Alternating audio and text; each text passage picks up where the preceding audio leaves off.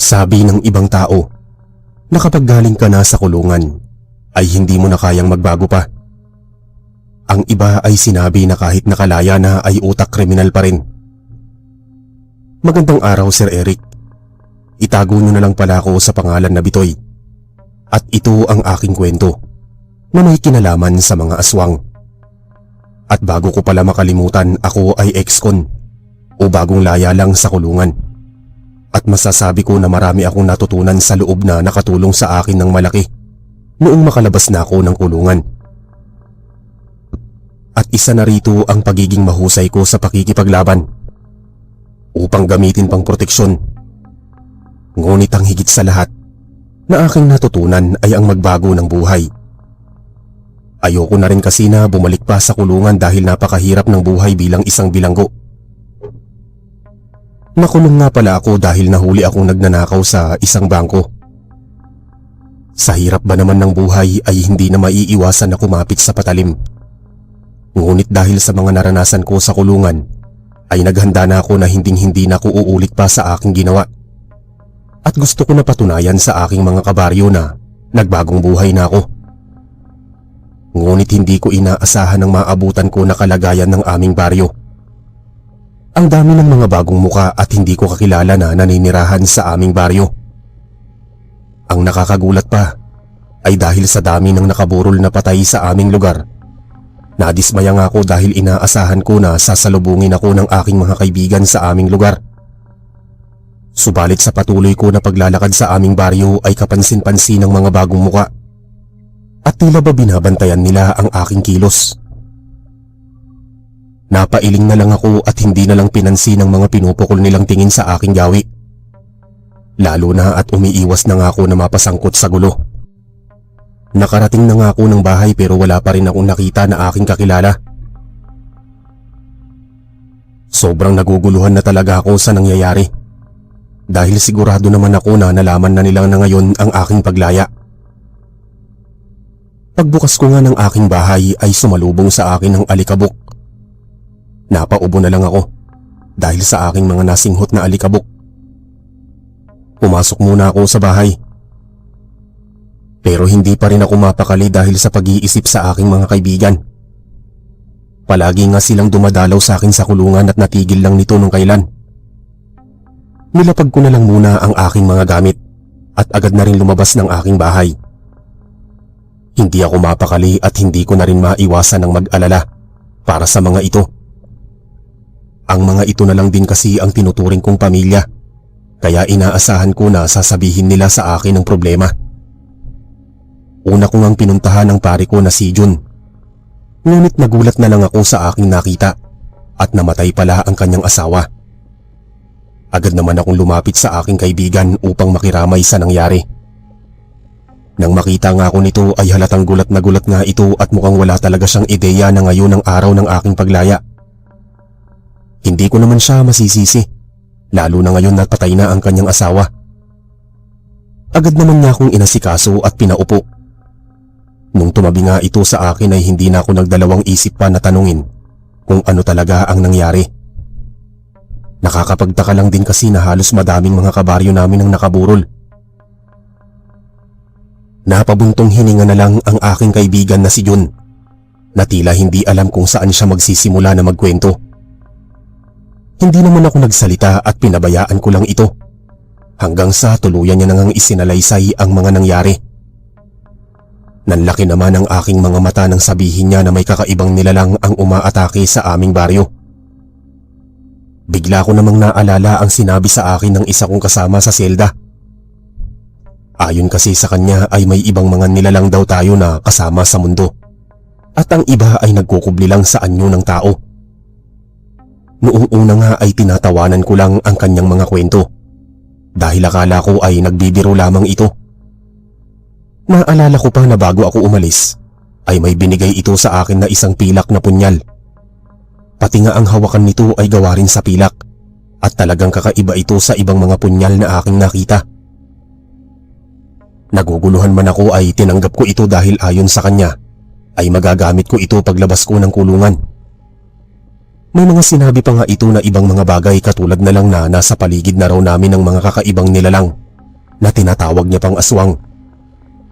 Ayoko nga sana itong tanggapin pero pinagpilitan niya ito sa akin dahil alam niya na mayroon akong mabuting puso. At ngayon nga ay patuloy pa rin ako na nakikinig sa kwento ng aking kaibigan. Hindi pa rin ako makapaniwala na ang mga dahilan ng pagkamatay ng aming mga taga-baryo ay kagagawan ng mga aswang. Ang kinagulat ko pang nalaman ay ang isa sa aming barkada na si Danilo ay namatay na at ang pinaghihinalaan din nila na may gawa ay mga aswang. Matapos ko nga na marinig ang kanyang mga kwento ay hindi ko maiwasan na malungkot sa tagal ko pala sa kulungan ay marami na rin ang nagbago sa aming lugar. Hindi ko alam kung magagawa ko pang makasabay sa pagbabago. Ngunit ang alam ko lang ay handa akong makipaglaban sa mga aswang kung kinakailangan. Maibalik ko lang ang dating sigla ng aming baryo. Nagpaalam muna ako sa aking kaibigan upang bumalik na rin sa aking bahay. Nakatulala nga lang ako habang naglalakad pabalik sa aking bahay. Hindi ako makapaniwala na ganito na pala kagulo ang aming lugar.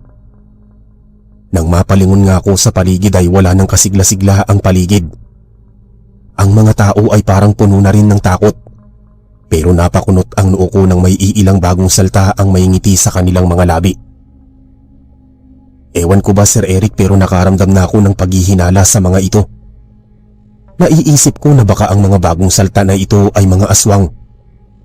Ngunit kakabalik ko lang at ayaw ko naman na gumawa ng gulo. Kaya pinili ko na lang ang manahimik at bumalik na lang muna sa aking bahay. Sobrang bigat nga sa pakiramdam at gulo ng aking isip dahil sa aking mga nalaman.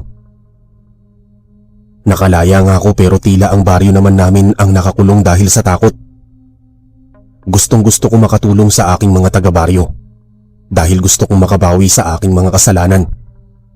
Ang mga ito lang din kasi ang tinuturing ko na pamilya at noong panahon na kailangan ko sila ay hindi nila ako pinabayaan. Pinili nila akong ipagtanggol sa kabila ng aking mga nagawang kasalanan. Wala nga sa mga kabaryo ko ang nanghusga sa pagiging malikot kong kamay. Bagkus lahat sila ay inunawa ang aking sitwasyon. Wala akong ibang narinig sa kanila kundi ang magiging maayos din ng lahat. Upang malibang naman ako ay agad na lang akong kumilos upang linisin ang aking bahay. Halos ilang taon din akong nawala. Kaya grabe rin ang kalat at alikabok sa buong bahay. Halos inabot na nga ako ng hapon bago matapos at nang lumabas naman ako para magpahangin, ay nagulat ako sa aking nasaksihan. Ang mga tao sa aming baryo ay natataranta na nagsara ng kanilang mga bahay. Tila natatakot sa paparating na gabi. Napabuntong hininga na lang ako at nakaramdam ng awa para sa aking mga kabaryo. Ako naman ay walang nararamdaman na takot at nanatili lang muna sa labas ng aking bahay. Mayroon pang nagtatakbuhan ng mga tao at nagmamadali upang makabalik sa kanilang mga bahay. Hanggang makita ko ang isang pamilyar na ginang. Walang iba kundi si Aling Isay. Napatigil nga ito nang makita ako at bakas sa kanyang muka ang gulat at saya. Napangiti na lang ako at agad lumapit sa ginang at binigyan ito ng mahigpit na yakap. Gusto ko pa sanang makipag-usap sa ginang pero nagmamadali na itong umalis. Nagbilin na rin ito sa akin na wag akong lalabas ng bahay ng gabi. Bukas na lang daw kami ng umaga mag-usap. Sobrang nakaramdam naman ako ng lungkot dahil ito na ang itinuring kong nanay sa aming baryo. Hindi pa nga tuluyang nagdidilim pero malinis na agad ang labasan ng aming baryo. Napailing na lang ako at bumalik na lang sa loob ng aking bahay. Naghahanda sa mga maaaring sunod na mangyayari. Kumuha na rin ako ng asin sa kusina at nagsaboy nito sa labas ng aking pinto at bintana. Mahigpit na bilin kasi ito ni Aling Isay. Wala namang masama kung susundin ko ito. Gusto ko lang makapagpahinga ng maayos ngayong gabi dahil sa pagod ko sa paglilinis. Pero kapag nalaman ko kung sino ang nasa likod ng mga nangyayari na patayan sa aming baryo, ay sisiguraduhin ko na handa akong gawin ang lahat para sa aming mga taga-baryo na aking pamilya. Hindi ko man kasundo ang lahat ng tao dito ay naging maganda ang aming samahan at hindi ko matanggap na ngayon ay may mga aswang na nanggugulo sa amin at pumapatay. Nang makapasok na ako sa aking kwarto ay kinuha ko naman ang punyal sa aking bag at ito ay tinitigan. Kakalaya ko pa lang at ayoko nang bumalik pa sa kulungan, pero kung kailangan ko talaga na gamitin ang punyal na ito para sa kabutihan ng nakararami, ay aking gagawin. Wala akong pakialam kung mabulok na ako sa kulungan. Basta masiguro ko lang ang kaligtasan ng lahat. Hindi ko na namalayan pa na dinalaw na rin ako ng antok at nakatulog. Naging tahimik lang naman ang una kong gabi sa aking pagbabalik. Ngunit nagising na lang ako sa malakas na katok sa aking pintuan. Napabalikwas na lang ako ng bangon at nagmamadali na binuksan ang pinto.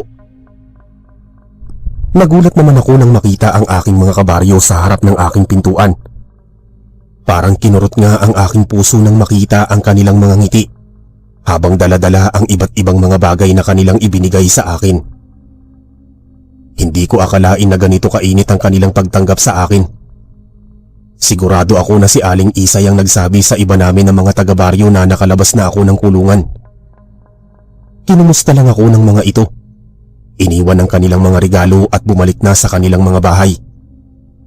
Sobrang gaan ng aking puso dahil tila hindi pa rin ako nakakalimutan ng mga tao sa aming baryo. At buong buo pa rin ang pagtanggap ang pagmamahal na kanilang pinapakita. Si Aling Isay naman ay nagpaiwan upang ako daw ay ipagluto at asikasuhin. Hindi naman na ako tumanggi dahil gusto ko pa rin ito na makausap at makasama. Gusto kong itanong sa kanya ang lahat ng nangyayari sa aming baryo at kung ano ang maaari kong gawin. Ngunit nagulat na lang ako sa kanyang reaksyon dahil bigla na lang itong nagalit at pinagbawalan ako na gumawa ng kahit na anong kilos. Niyakap ko na lang ito upang pakalmahin at nag-umpisa na nga itong umiyak habang ito ay aking yakap. Nang kumalma naman ito, ay naglakas loob na rin ito na magsalaysay tungkol sa mga aswang. At doon ko nga nalaman na kaya namatay si Danilo ay dahil sa pagligtas nito kay Aling Isay.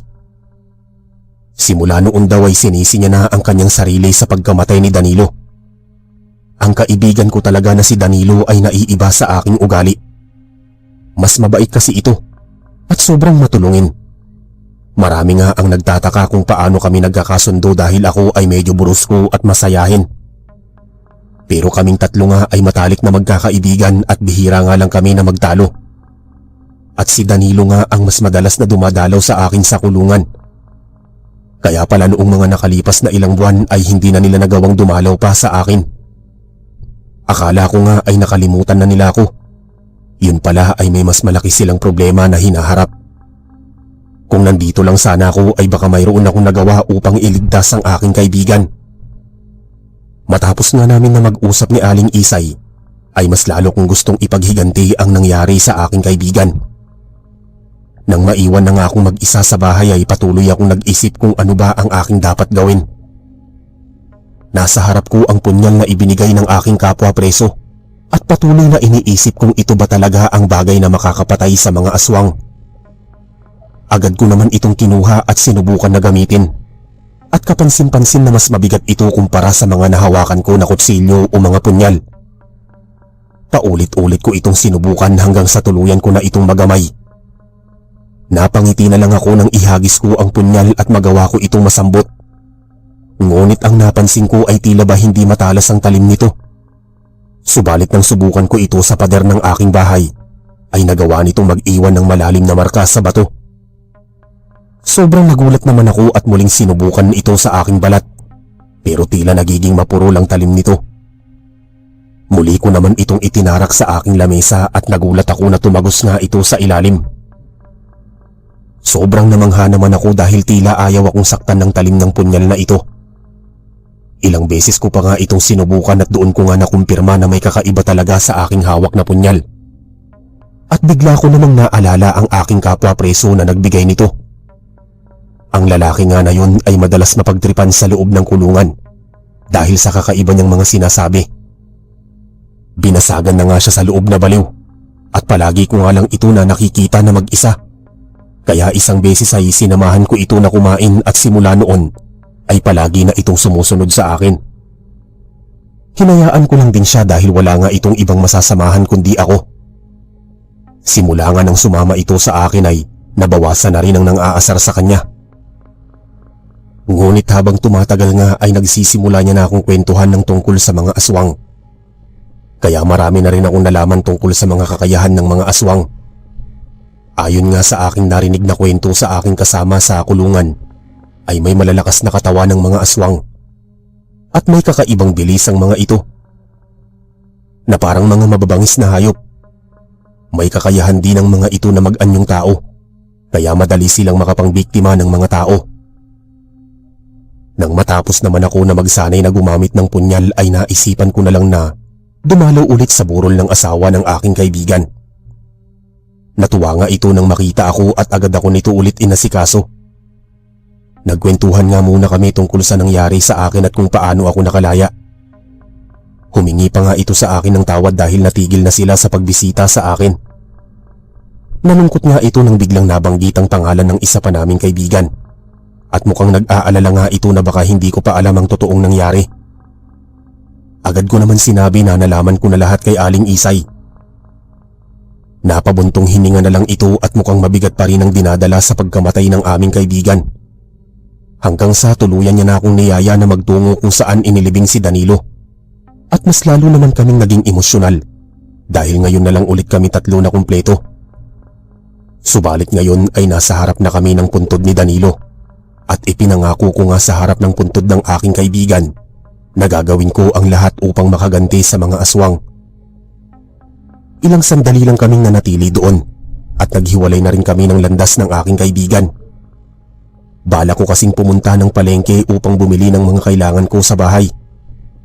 Maghahanap na rin nga ako ng mapapasukan ko na kahit kargador upang kumita ng pera. Nang makapunta na nga ako sa pamilihan ay may nakita nga ako ng mga pamilyar na muka.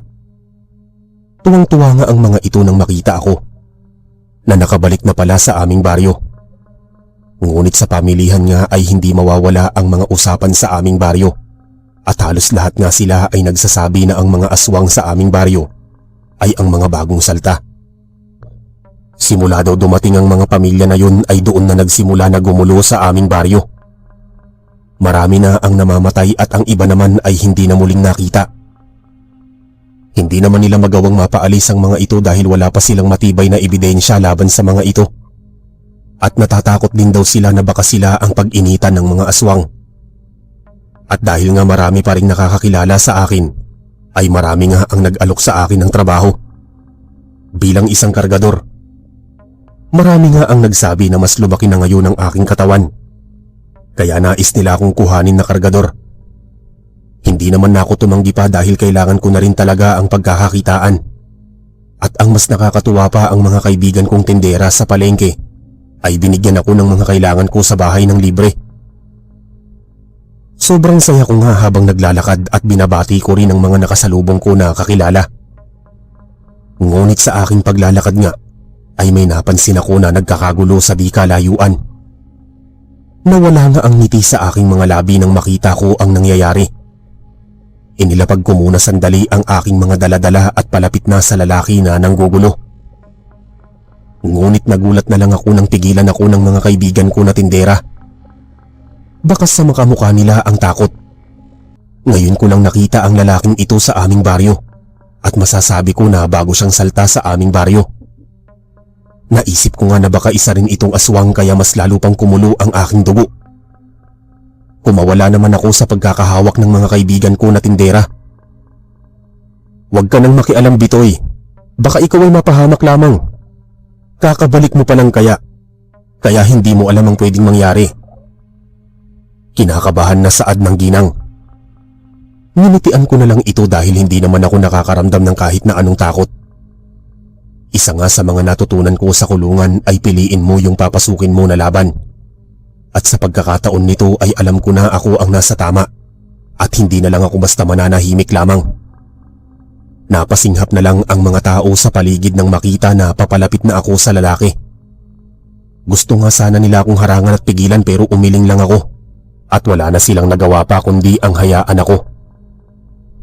Nang makalapit na ako sa lalaki ay agad kong pinigilan ang kanyang kamay na balak sana nasakta ng isang binatilyo.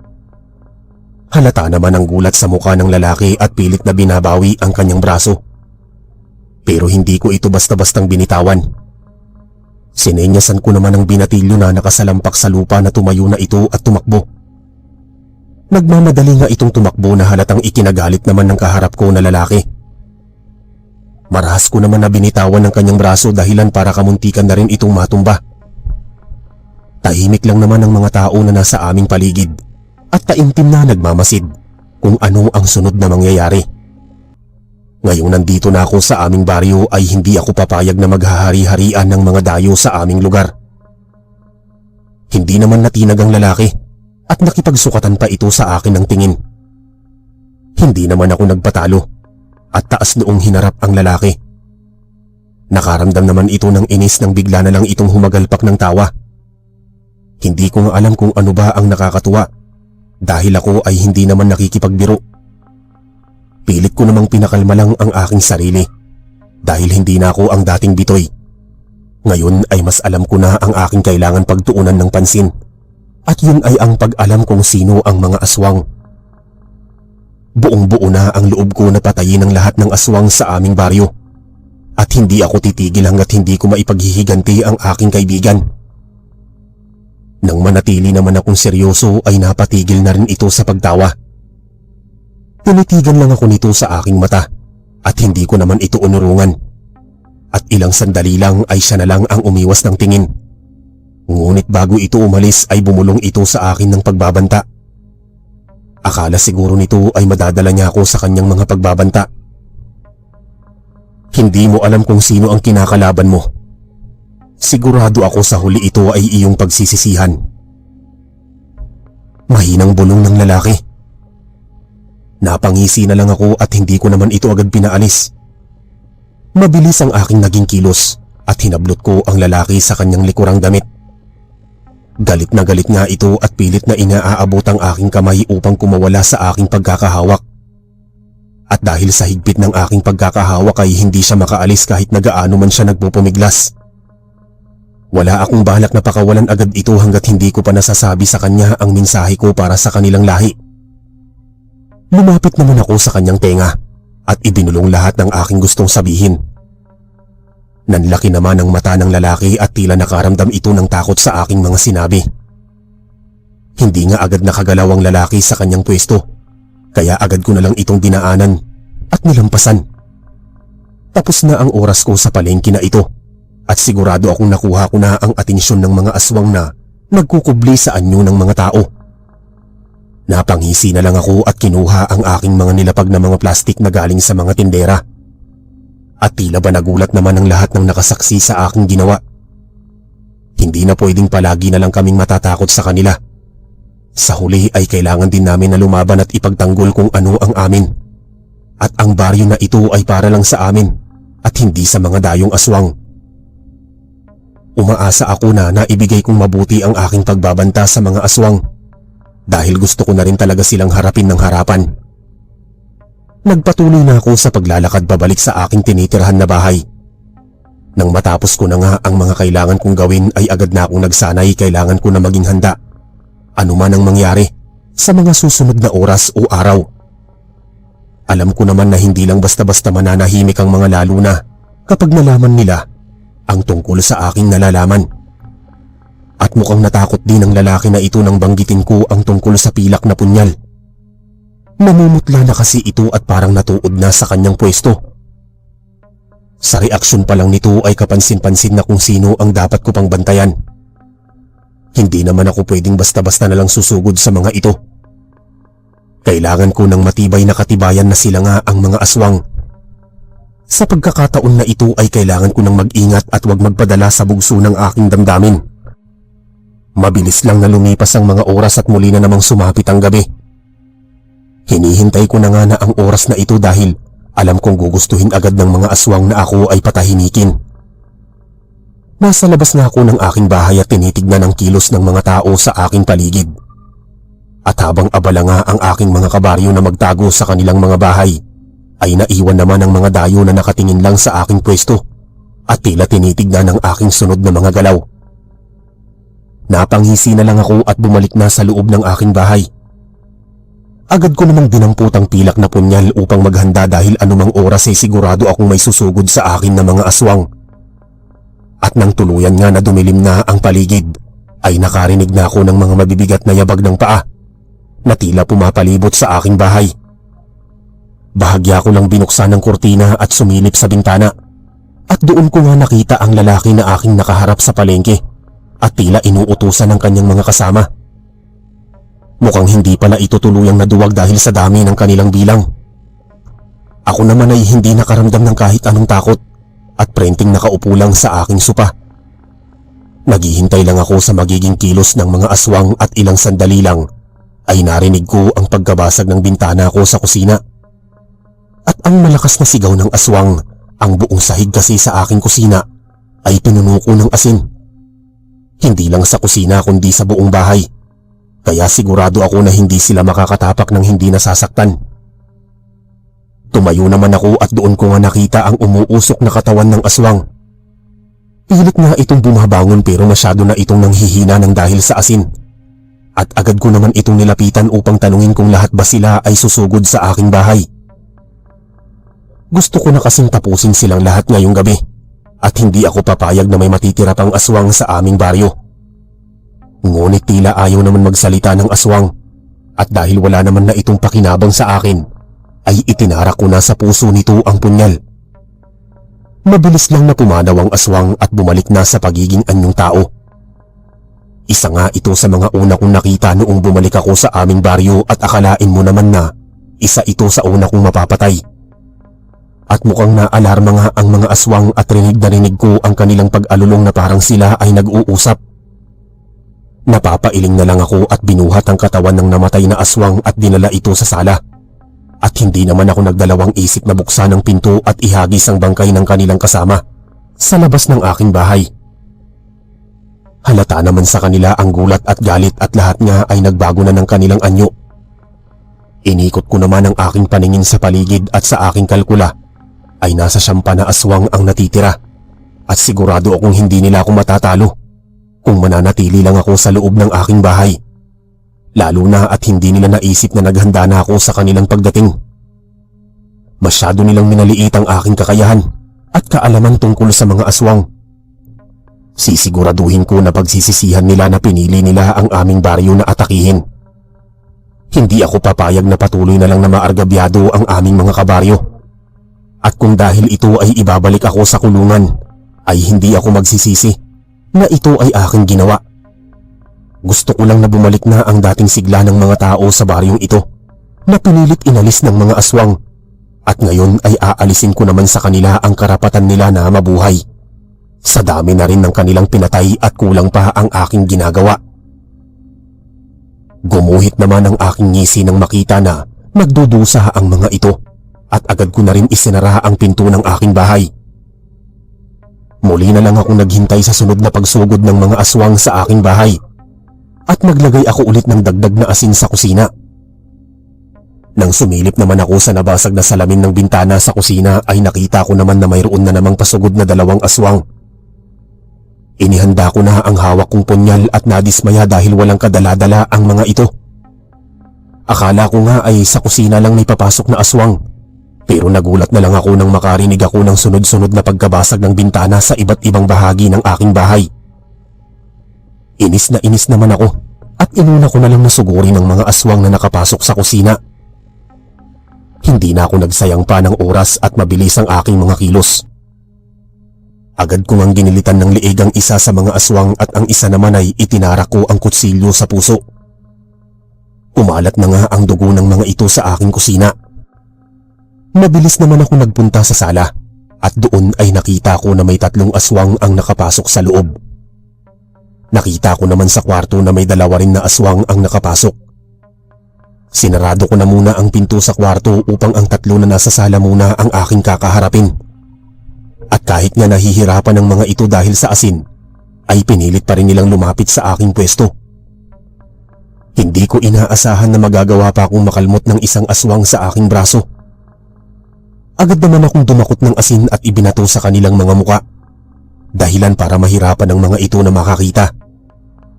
Ginawa ko naman itong pagkakataon para agad na kumilos itarak ang punyal sa kanilang mga puso. Nakaramdam na rin ako ng hingal dahil sa sunod-sunod kong pagharap sa mga aswang. Talaga namang kabilib-bilib ang kanilang mga lakas. Dahil kahit nga sila ay napapaso na sa asin at nagagawa pa rin nilang makipagsabayan. Napaupo muna ako sandali sa sopa upang makapagpahinga muna kahit sandali. Pero naririnig ko naman ang kalabog sa aking kwarto. Bigla naman akong nag-alala sa mga dapat kong ipagawa sa aking bahay. Napakamot na nga lang ako sa aking ulo at tumayo na upang tapusin na ang 2 aswang na nasa aking kwarto. Bago nga ako tumayo ay muli akong dumakot ng asin upang maiwasan na ako ay dambahan ng mga ito. Dahan-dahan nga lang ang aking pagkilos at pagbukas ko ng pinto ay nakita ko nakahandusay na ang mga aswang. Mukhang hindi na rin gumagalaw ang mga ito. Pero upang makasiguro rin ay agad kong itinarak sa kanila ang punyal. Mabuti na lang at hindi na ako pinahirapan pa ng mga aswang na ito. At tanging 2 aswang na nga lang ang natitira sa labas. Ngunit tila walang balak ang 2 na pumasok sa aking bahay. Nagdesisyon na lang ako na labasin ang mga ito pero bago ako lumabas ay dumakot muna ako ng maraming asin. Ang iba ay inilagay sa aking bulsa. Nang lumabas nga ako ng bahay ay itinago ko na lang ang kamay ko sa aking likuran. Hindi ko naman maiwasan na mapangisi nang makita na galit ang lalaki. Hindi siguro nito inaasahan na lalabas pa ako ng buhay. At nang pagsugod na nga sila sa aking pwesto, ay hindi man lang ako natinag sa aking kinatatayuan. Nang masiguro ko na nga ang kanilang lapit ay saka lang ako gumalaw at inihagis sa kanilang mga mata. Dahilan upang sila ay matumba habang namimilipit at pansamantala na mabulag. Hindi na nga ako nag-aksaya pa ng oras at mabilis ko silang ginilitan ng liig. Hinihingal na napaupo na lang ako sa damuhan at napatingin sa kalangitan.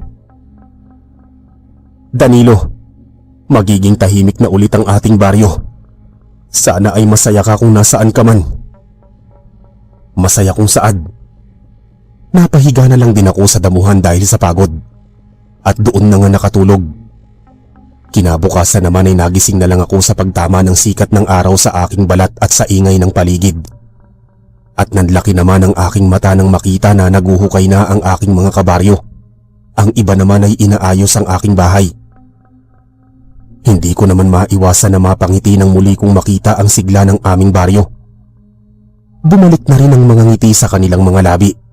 At nang mapansin nga nila na gising na ako, ay nagmamadali sila na lumapit sa aking pwesto at nagpasalamat. Sobrang saya ko, Sir Eric, dahil sa pagkakataon na yon ay sa tingin ko ay nakagawa ako ng mabuti sa aking mga kabaryo. Hindi nga rin ako nakulong pa, Sir Eric, dahil ang mga tao na yon ay walang pagkakakilanlan at lahat ng aking mga kabaryo ay ginawa ang lahat upang ako ay protektahan. Maraming salamat, Sir Eric, sa pagbabasa.